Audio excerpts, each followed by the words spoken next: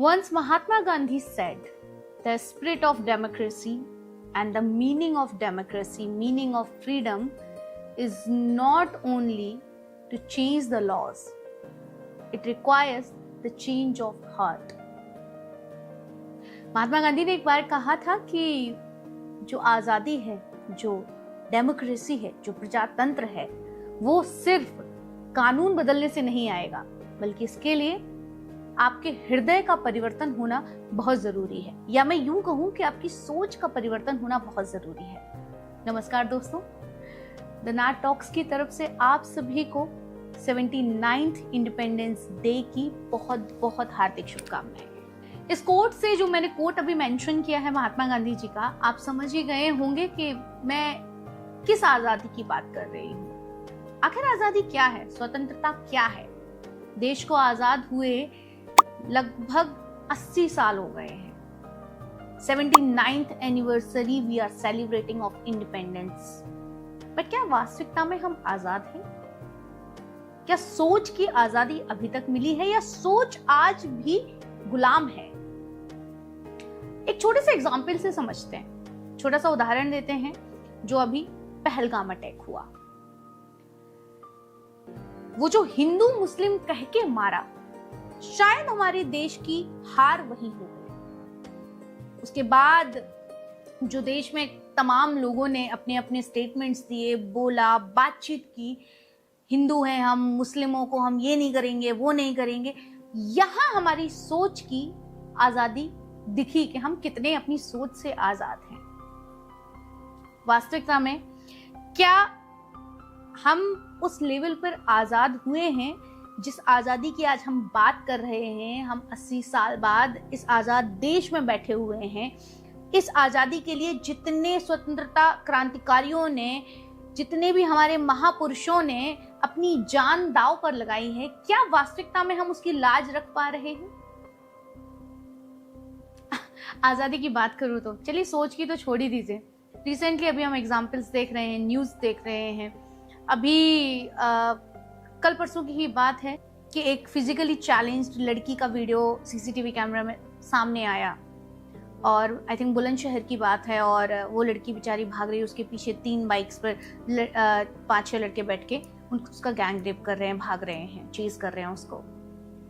बात ये नहीं है कि उन अपराधियों को पकड़ के जेल में डाल दिया गया है। बात ये है कि बार बार ये सोच जो है ना, कि महिला देखी और बस कुछ गलत करने का मन कर गया, इसका फायदा कैसे उठाया जाए, प्रॉब्लम वहां है।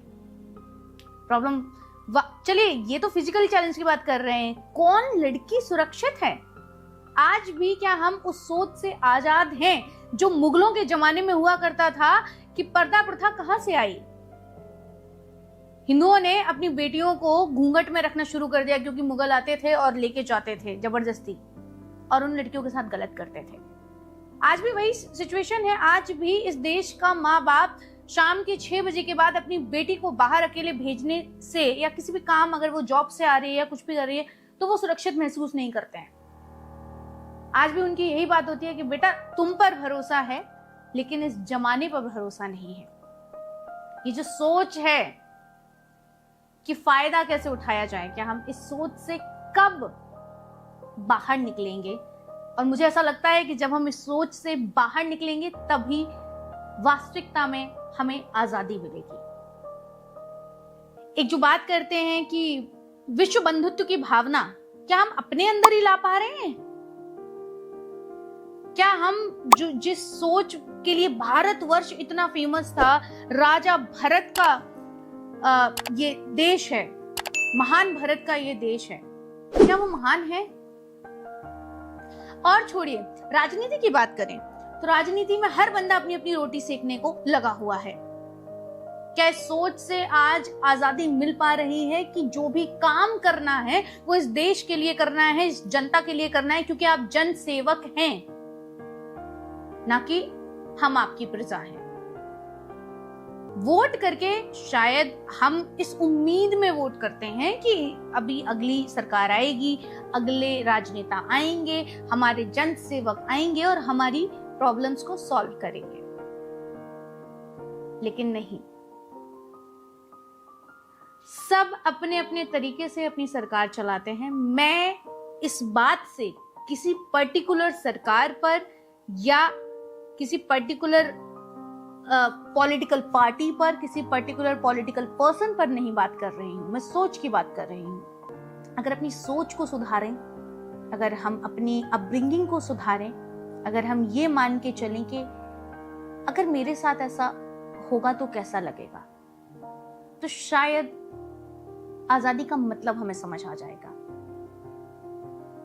पुरानी कुरीतियों से हमें आजादी मिल जाएगी। जिन विचारधाराओं को लेकर हम रह रहे हैं, हम अपने संविधान की बात करते हैं कि वसुधैव कुटुंबकम, सर्वधर्म के लोग इस देश में रहते हैं, सभी हमारे भाई हैं, सभी हमारी बहन हैं। और अगर हम इस सोच को आगे लेकर चलेंगे, जो ये गंदी घुट्टी हमें बचपन से पिलाई जाती है, जाति पात की, धर्म की, लड़के लड़की की, तुम ये हो, तुम वो हो, तुम ये नहीं कर सकते हो, तुम वो नहीं कर सकते हो, ये सब चीजों से जिस दिन हमें आजादी मिल जाएगी, उस दिन वास्तविकता में ये देश आजाद होगा। बाकी हाँ, गुलामी से आजादी जरूर मिली थी, वो एक फिजिकल गुलामी से आजादी थी ब्रिटिशर्स से। जो वो जख्म देकर गए हैं, वो आज 80 साल तक भी उन जख्मों पर लोग नमक छिड़क छिड़क के हमें परेशान कर रहे हैं। वो जख्म कब भरेंगे वो भी नहीं पता है, क्योंकि ये लड़ाई सिर्फ एक देश की नहीं, 2 देशों की है। और सच बोलूं तो देश देशवासियों से बनता है, और देशवासियों की कोई पूछे तो किसी को ये लड़ाई नहीं चाहिए। लेकिन वहां बैठे लोग और सियासत में कुछ यहां बैठे लोग इसको खेल बना बैठे हैं। खैर, अगर ऐसा कुछ हो जाए तो शायद लोगों के पास मुद्दे खत्म हो जाएंगे बहस करने के, बात करने के। लोगों के जो जिन चूल्हों पर रोटियां उनकी सिक रही हैं सियासी, वो खत्म हो जाएंगी।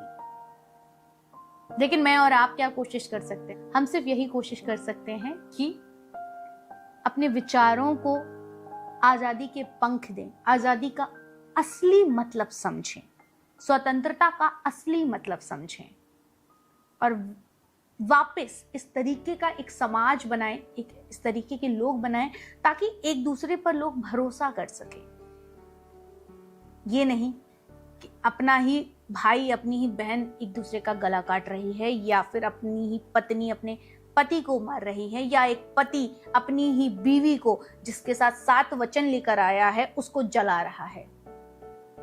हर रोज इतने केसेस इस तरीके के, जहां पर इंसानों के साथ साथ जानवरों को भी रहने की आजादी हो, एक 100 राष्ट्र हम बना सके। तो दोस्तों, इसी के साथ आप सभी को 79th इंडिपेंडेंस डे की बहुत बहुत बधाई हो। Happy independence day. और बस इसी सोच के साथ आगे बढ़िए कि भारत तो आज़ाद हो गया, हम कब आज़ाद होंगे, हमारी सोच कब आज़ाद होगी।